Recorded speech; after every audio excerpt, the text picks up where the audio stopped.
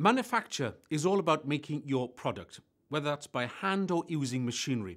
It usually refers to large-scale making. It's likely to be the most costly of all the stages of product development, so it's very worthwhile getting it right. There are a number of options for manufacturing your product. First, you can use existing capacity to manufacture in-house, that is, in your own premises. A second option is to create facilities so that you can manufacture in-house. And thirdly, you can subcontract the manufacturing. If you have in-house capability, the process is much more straightforward, particularly in terms of the communication required between you, the designer, and the manufacturer. However, it's still worthwhile considering other options, such as drop shipping. You also want to confirm you have the best cost option. Remember too, just because you can make doesn't mean you should make. Having said this, it may also be prudent to undertake some manufacture in-house and subcontract the remainder. This enables you to understand the process fully. You also retain greater control as well as flexibility in terms of production.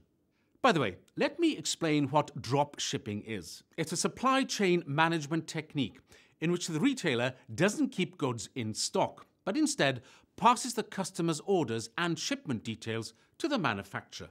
The manufacturer then dispatches the goods directly to the customer. You may have come across this yourself, particularly on larger items such as furniture.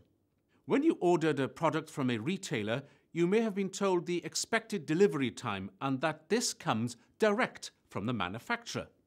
Let's have a look at subcontracting. Take time and care selecting your manufacturer. Manufacturing can be costly. It's all too easy to get a quick and cheap solution when what you really need is specialist input. Here are some of the things to think about when reviewing potential suppliers. Do they have knowledge of your industry sector? Do they have the necessary technical ability? What is the quality of the work they produce?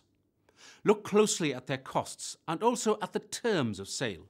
It's also important to understand the relationship between the designer and manufacturer. How well do they communicate? Remember, this is a key part of the whole process. It can be worth considering having more than one manufacturer. If difficulties arise, they may disrupt production, and you don't want a manufacturing company's problems to have an impact on your viability. Manufacturing is complex and can be costly, but it's also very exciting to finally see your product come to life.